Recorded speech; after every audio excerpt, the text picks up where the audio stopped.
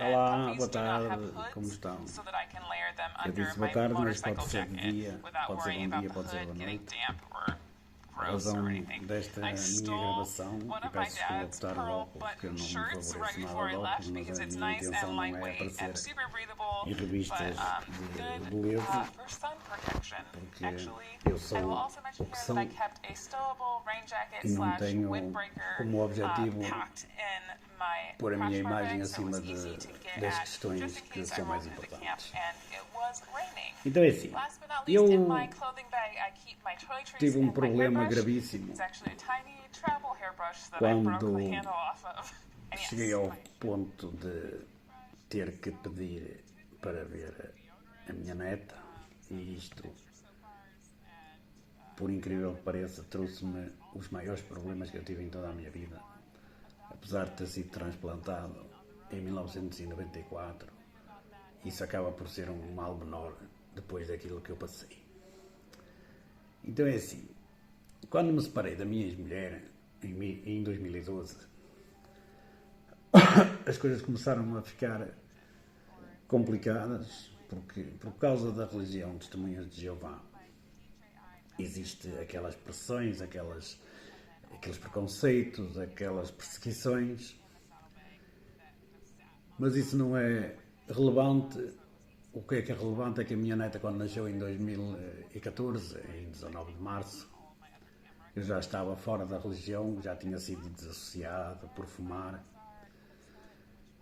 E, entretanto, depois da minha filha ter dado à luz, a minha neta foi para casa, como é óbvio, não é? E eu ia lá à casa, levava coisas, pedia à minha filha para ver a menina e tinha interesse da parte dela porque ela comprava coisas através da internet. E eu, quando ela comprava as coisas, eu recebia essas no mesmo dia, e eu ia levá-las a casa e aproveitava para estar com a menina. Quando não havia ninguém para tomar conta da minha neta, eu era convocado para o fazer. Cheguei a trazê-la comigo para o trabalho, quando ela era mais pequenita, porque a minha filha preferia que a minha neta fosse para o centro de saúde, para perto da avó, do que vir para a minha beira, que era supostamente mais saudável.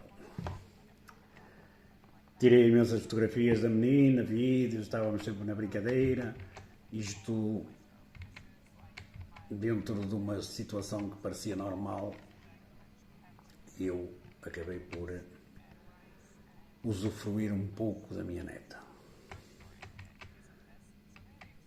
Tem situações muito caricatas mesmo, isto não é para rir, mas acaba por ser de rir,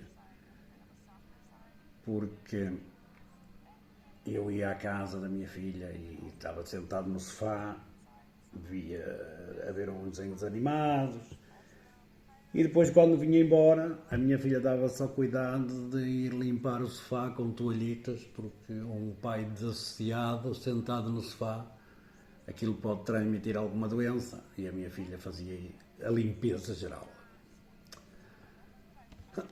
Eu tinha situações com a minha neta, que, por exemplo, eu chegava à beira dela, estávamos na brincadeira, e ela de repente virava-se para mim e dizia: tu és mau. E eu perguntava: porquê que sou mau? E ela: porque fumas. Outras vezes dizia que era mau porque não casava com a avó. Outras vezes dizia que eu era mau porque não gostava da avó. Uma vez estávamos a almoçar no centro comercial e eu perguntei: achas que o avô é boa pessoa? E ela respondeu: sim, que achava. Eu então perguntei: e as outras pessoas o que é que acham? E ela disse que as outras pessoas não achavam que eu era boa pessoa. Eu sempre suportei isto, humilhei-me muito. Humilhei-me ao ponto de ter pedido 3 vezes por carta à organização ou à minha congregação para voltar para lá, visto que eu não reunia nenhum problema que me impedisse de voltar para lá, visto que dentro da organização e dentro da congregação existem maus exemplos, e eu não era um exemplo mau. O único defeito que eu tinha, que era o de fumar, acho que não me priva de ser uma boa pessoa.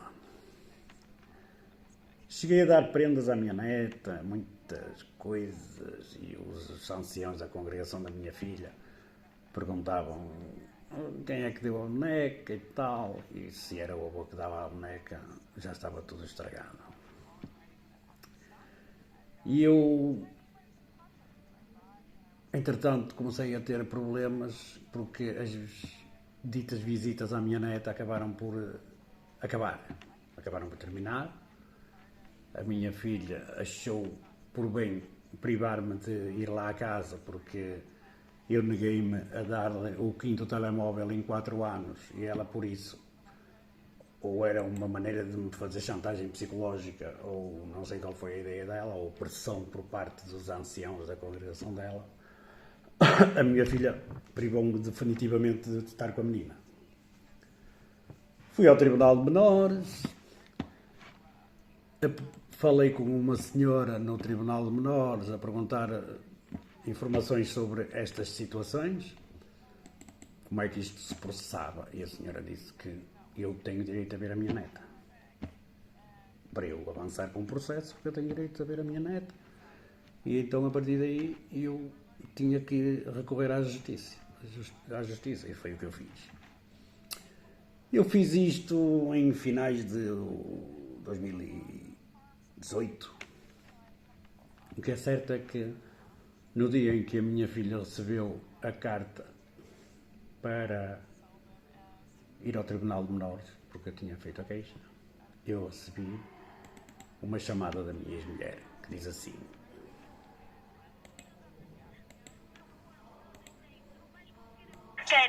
olha, eu vou-te matar, vou para a cadeia, mas não vais conseguir aquilo que queres. Eu te vou dizer, meu filho da puta, a tua filha está a ficar doente da cabeça e vais pôr a filha pior. Eu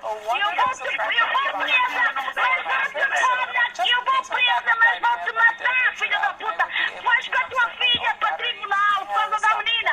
Olha, eu juro-te que vou-te matar. Eu vou para a cadeia, meu filho da puta. Vou-te meter na cadeia, filho da puta. Eu vou para a cadeia, filho da puta. Vou para a cadeia, mas não vais conseguir aquilo que queres da menina. Viram? Foi isto. Um bocado a mais. Mas o que é certo é que fui ameaçado e acabaram por fazer a folha. Porquê? Porque passado um mês, quase dois, um mês e tal, quase dois, eu fui obrigado a ir à esquadra prestar declarações porque há uma queixa de violência doméstica contra mim. Fui à esquadra. Quando lá cheguei, o procedimento foi tirar o cinto, tirar os cordões dos sapatos, tirar a gravata e meter-me dentro de uma carrinha e levaram-me para o DIAP. Quando chegámos ao DIAP, puseram-me dentro de uma cela durante mais de uma hora, porque supostamente eu ia ser ouvido por uma juíza, que não vou dizer o nome porque posso ter problemas, não é? Porque isto, em termos de justiça, depois de chegarmos ao final disto, chegamos à conclusão que nós temos que comer e calar, e o que é certo é que eu fui ouvido. A doutora juíza disse que a pulseira que me iam pôr no pé, sim, é uma pulseira. Eu fui acusado de crime de violência doméstica e as medidas de coação que me impuseram foi usar uma pulseira de vigilância eletrónica. O que é certo é que eu discordei, mas apesar de discordar, aquilo que a doutora juíza disse foi que se não pões a bem, pões a mal. Eu não tive nenhuma advogada que contrariasse esta afirmação da doutora juíza e o que é certo é que eu tive que andar com ela. eu fiquei privado de muita coisa. Fiquei privado de viajar livremente, fiquei privado de ir ao ginásio, de ir à praia, de andar de calções, de calçar botas e por aí fora. Imaginem o que é andar com uma pulseira que é o género de um relógio, não no pulso, mas no tornozelo, durante 18 meses. Sim, eu andei 18 meses com uma pulseira no pé. E durante esses 18 meses eu fui obrigado a passar por situações deste género. Pedi para ir aos Açores. Tenho que informar o tribunal quando tenho uma pulseira eletrónica, pedi para ir aos Açores. E mandei o bilhete comprovativo de que eu ia de facto viajar para os Açores. E aquilo que me disseram é que iriam contactar antes de eu viajar para se fosse preciso alguma coisa. O que é certo é que eu no dia estipulado para viajar, viajei. Embarquei no aeroporto do Porto, com uma pulseira no pé, porque não estava ninguém no aeroporto à minha espera. Mais adiante ficámos a saber que tinha que se tirar a pulseira, coisa que não me fizeram. Quando cheguei a São Miguel, disseram-me que eu não podia ter viajado com aquilo, que não era permitido. E eu disse, mas eu não tenho culpa, porque eu procedi conforme me explicaram, não fiz nada contra a lei, se houve alguém que errou, não fui eu. E passou-se, entretanto eu informei a pessoa que estava à minha espera no aeroporto de que a pessoa que estava no aeroporto estava supostamente à minha espera para me pôr a pulseira outra vez, só que eu já a tinha, ele não teve como pôr outra.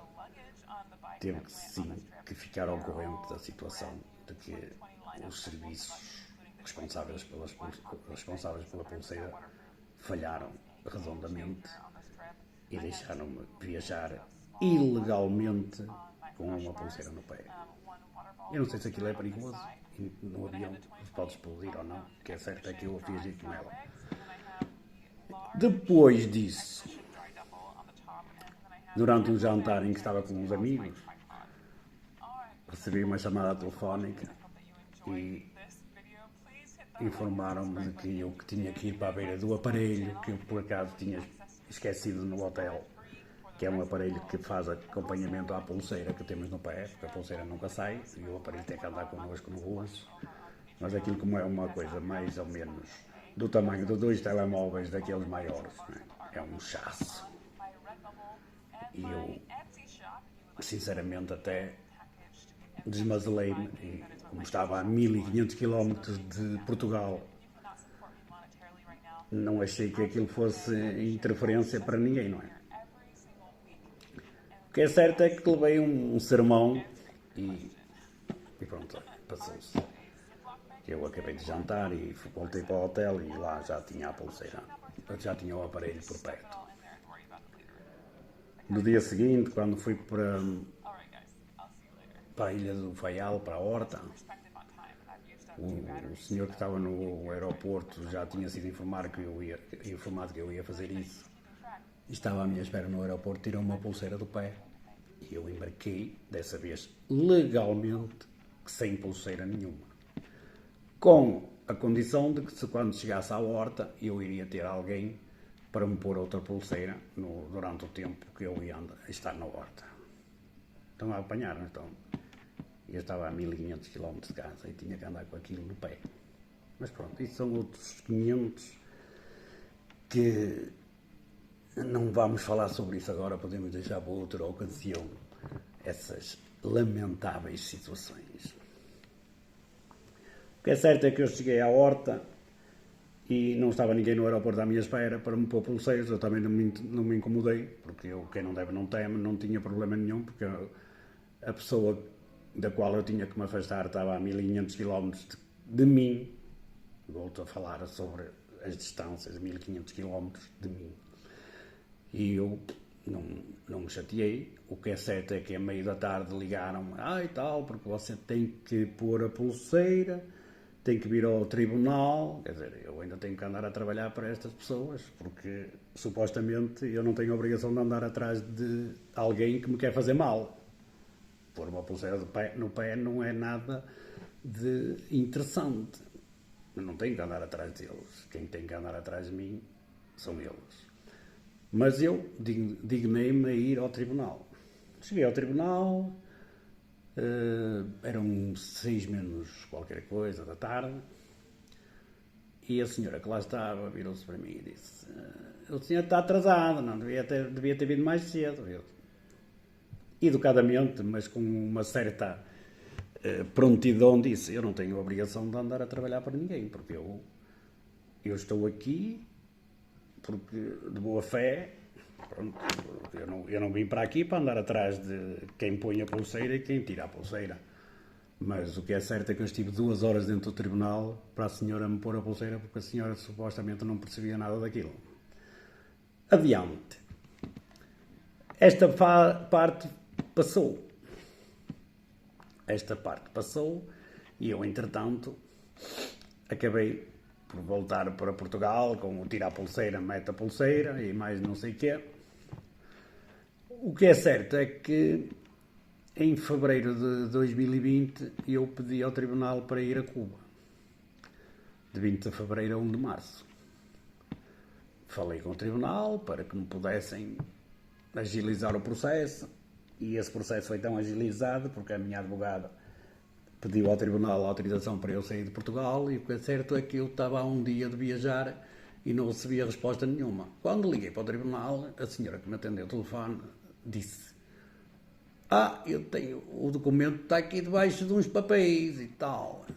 E porque a gente pensava que isto era só para informar o juiz. Quer dizer, se eu não ligasse para o tribunal.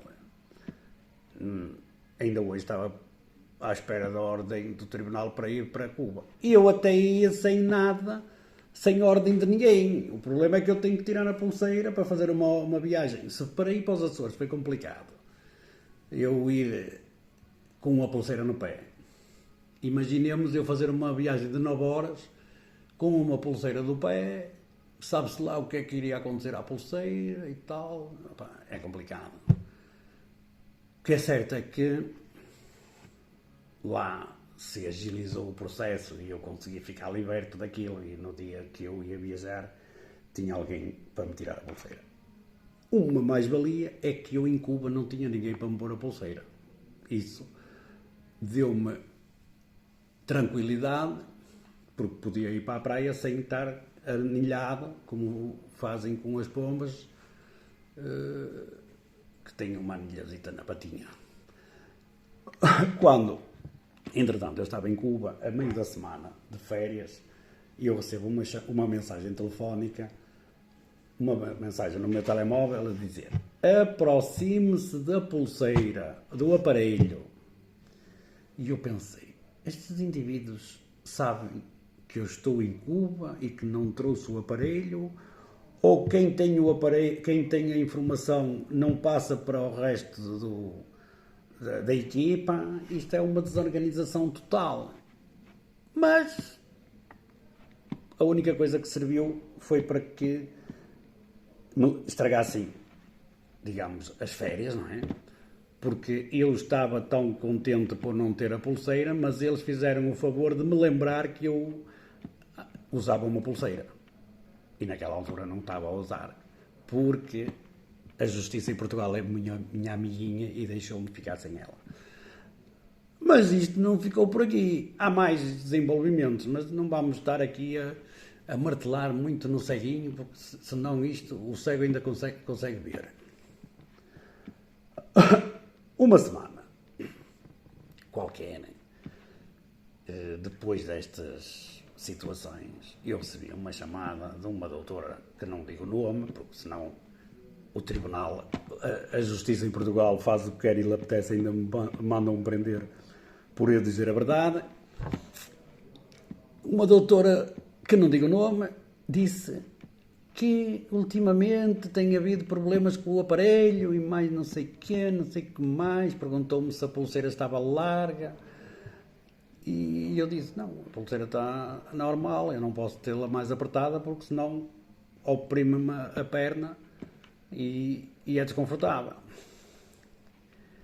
E então o que ela disse é que eu tinha que usar meias finas.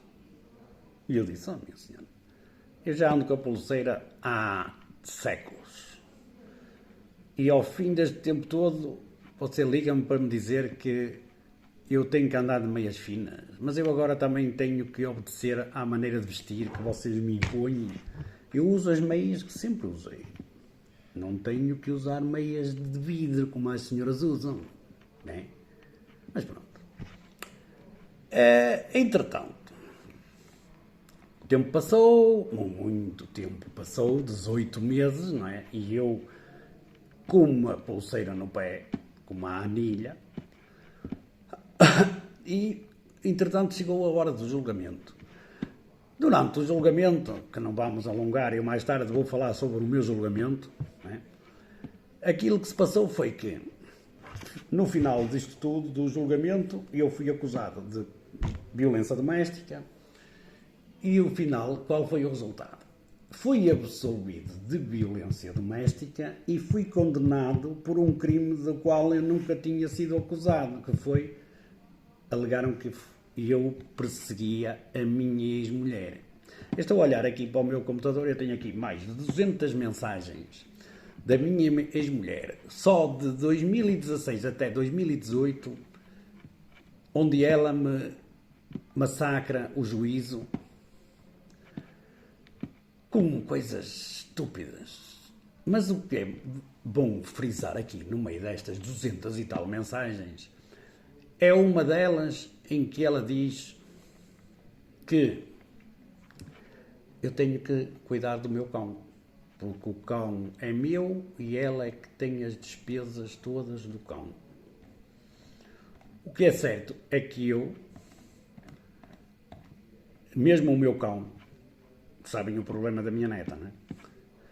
Mas mesmo o meu cão, eu pedi-lhe algumas vezes para poder trazer o cão para a minha beira, para ele passar uns dias comigo, tipo guarda partilhada, não é? E ela se recusou. Aliás, numa vez encontrei-a no centro de saúde, onde eu fui a uma consulta, e pedi-lhe a ela para ver o cão, e ela foi muito estúpida, como é naquela chamada que vocês ouviram há bocado, e disse, não quero saber, não tem nada a ver com o cão, e não sei o quê. E despachou-me. O que é certo é que eu tenho aqui uma mensagem, além das 200 e tal mensagens, 1000 não, também não exageremos, se calhar desde que eu me separei dela até 2018 é capaz de ter umas 200 e tal mil, mas pronto. Em que ela pede para eu participar nas despesas do cão. Isto porque é que é importante? Isto é importante porquê? Porque depois, quando eu fui condenado pela senhora meritíssima, excelentíssima juíza,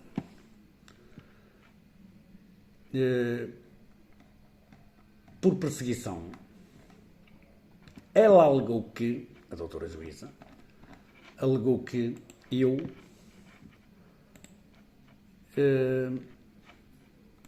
farto de saber que a minha ex-mulher não queria que eu me aproximasse dela, continuei a fazê-lo, causando-lhe transtornos psicológicos enormes. Eu tenho uma mensagem que ela própria diz para eu ir lá à casa por causa de tratar da situação do cão. Mas quem sou eu para ajuizar? E eu pergunto, mas eu afinal de contas é que persegui alguém? Fui condenado por perseguir alguém e andei com uma pulseira no pé por perseguir alguém, quando eu é que era perseguido? Isto não é normal. Gastei 2.500 euros só num recurso para tentar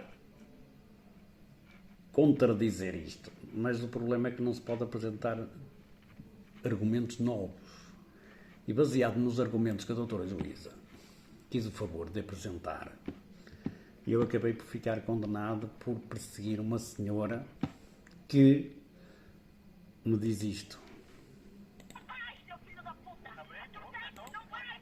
Eu vou te matar antes, eu vou te perder, eu passo e presa, mas quero ver a minha filha e a minha neta bem, mas vou te matar, vou te tirar a tosse, filho da puta, tu não consegues nada de mim, tu não me vistes, que eu não te quero, não me vigies, não me proteges, filho da puta, andas a dar cabo da tua filha, teu filho da puta, e tu é embora, se eu azeiteiro a tua neta, tu não mereces nada, teu filho da puta, andas a dar cabo da tua filha, eu vou te matar, ou tiras aquilo do tribunal, eu vou te tirar a tosse. Ou tiras aquilo do tribunal, eu vou te tirar a tosse. Deu a perceber? E eu é que sou o perseguidor. Agora, raciocinando, eu cheguei à seguinte conclusão. Quando eu fui perante a juíza, que não vou dizer o nome, porque senão ainda me prendem, porque não se pode dizer a verdade. Eu, quando fui à juíza, a doutora juíza fez asneira. Pôs-me uma pulseira no pé, com argumentos fictícios, muito mal elaborados. E depois, quando foi o julgamento, chegou-se à conclusão que já não era a mesma juíza. Quem me pôs a pulseira era uma doutora juíza, não sei das quantas. E quem me julgou foi uma doutora juíza das quantas não sei. E como as juízas devem ser amigas, porque supostamente cruzam-se no corredor, chegaram à conclusão, isto não é uma acusação de nada, é apenas uma constatação de factos. Uma juíza falou com a outra e diz assim, olha, tenho aqui este processo que tu meteste o pé na argola. Se a gente não arranjar aqui, vamos falar a gente, se nós não arranjarmos aqui um argumento qualquer para que este senhor não vá para casa de mãos a abanar, ele vai pedir indemnizações ao Estado porque ele andou 18 meses com uma pulseira no pé. Se quiserem saber o que é que me transtornou o facto de andar 18 meses com uma pulseira no pé, eu posso resumir da seguinte forma. Tenho uma agência de viagens e não pude viajar N de vezes por ano por causa de ter uma pulseira no pé, porque conforme já viram lá atrás, eu para viajar para qualquer lado tinha que passar por um suplício enorme. E depois privaram-me de ir para a praia, privaram-me de tudo e mais alguma coisa.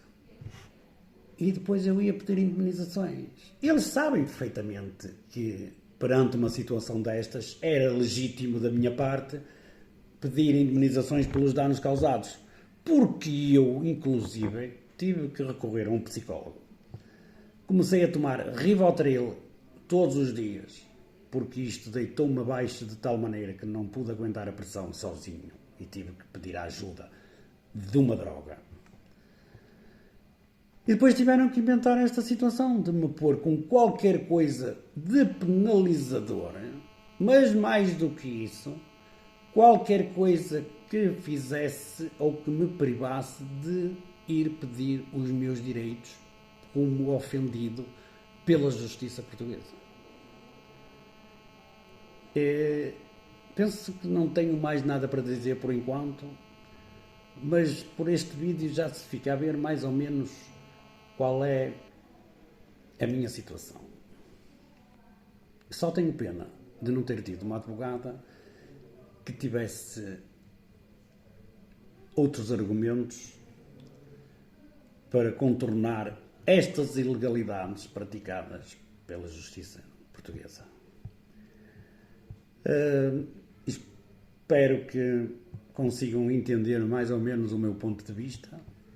Se tiverem outros pontos de vista diferentes dos meus, eu estou aberto a diálogo, porque eu sou uma pessoa muito coerente e aceito críticas de quem venha, seja de quem venha, e aceito isso. convém não terminar sem dizer o seguinte: depois disto tudo, tive o privilégio de ter, da parte do Tribunal de Menores, a possibilidade de ver a minha neta uma vez por mês, durante 1 hora, que é isso que o meu genro não, um senhor que se chama Filipe Lopes, e a minha filha me ligam-me, ou não ligam porque eles não falam para mim, mandam-me mensagem a dizer: sábado às 11 horas em tal sítio, eu vou ter com eles e estou lá com eles a olhar para mim, a brincar com a minha neta, como se eu tivesse idade para brincar com uma criança de 7 anos. Porque supostamente um convívio entre avô e neta devia ser um convívio em termos gerais, almoçar com a menina, passear com a menina, não é estar ali como se fosse da idade dela, a brincar às escondidinhas, ou a brincar. Eu tenho que encarnar o papel de criança de 7 anos para poder usufruir daquele bocadinho que estou com a minha neta sob a supervisão dos pais. Eu não sei se é normal ou não. Eu sei que tenho lido muitas sentenças relacionadas com avós e netos, ou avós e netas, e vejo lá situações que olho para mim e digo assim: mas estamos a brincar.